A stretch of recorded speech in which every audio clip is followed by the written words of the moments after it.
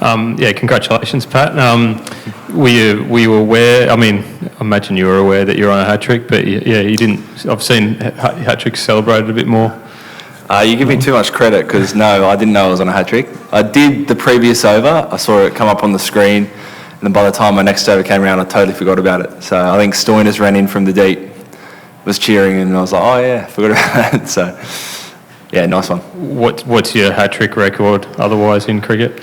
I think I got one in grade cricket, maybe 4th grade, and I think I got one in second 11 when I was 17, and I think the hat-trick ball was similar. It was the first ball of the last over, and it was Joe Burns, and I went to bowl a slower ball, and he ducked underneath it, and he hit the bail on the full.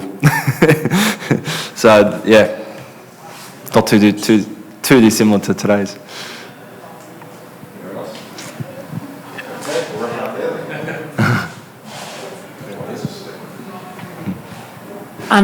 So Pat, it kind of feels like almost ticking the boxes as you go along now. Now it's the first win of the Super 8s. Just how can you describe, as someone who captains another side as well, how's the momentum building, do you feel, within the camp? Really well. Really, we've kind of ticked off everything we could possibly do so far. I thought tonight overall was a fairly polished performance, which is kind of what you want in Super 8s. Obviously 2 points, but also to get a good run rate. And it feels like over the course of the tournament so far, just about everyone's had a game, or we've used 12 or 13 players so far, and everyone's had a couple of performances where they should take confidence out of. So yeah, feel well positioned. Obviously, it doesn't mean that much, but feels like we're in as good a place we could be. Is it then just the little things, Pat? I mean, there were a couple of bouncers from you on this pitch which kind of provided. So when you're faced with a different kind of pitch, just getting those things right and getting your bouncers like absolutely perfect. Are those the kind of things you work on, like as you get deeper into the tournament? I think as a bowler, yeah, you're always getting lots of information. I mean, obviously across different islands, so each game has its own kind of little quirks. The pitches are slightly different, but I think you learn a general kind of methodology that kind of you fine tune with each game. So yeah, your sequencing, your execution of certain balls, you hope you get better and better, and by the end of the tournament, you've kind of got your game plan where you can give yourself as good a chance as you can. And Pat, another half century for David Warner tonight. Does it feel like he's got a bit of extra motivation to finish his international career on a high? It seems like he's really hitting them well at the minute. It feels like every ICC event is always up there in the runs tally. I love the way he's been taking the game on, some big sixes even over the deep fielders.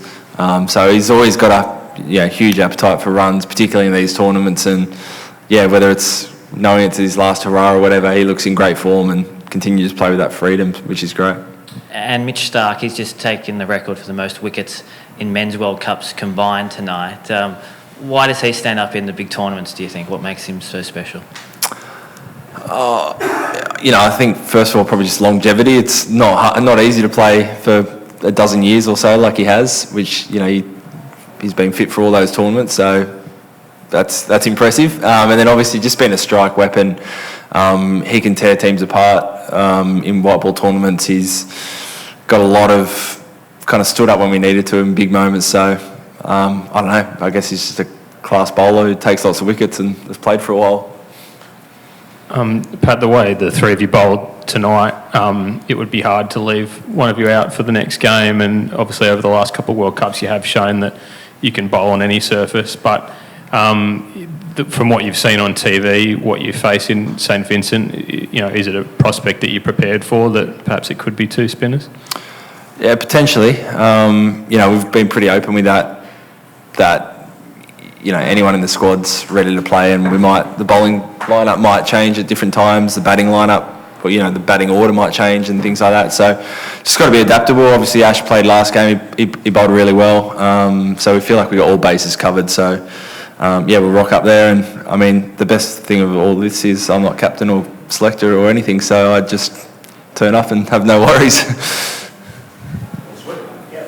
Cool. Thank you. What's that? Oh, thank you.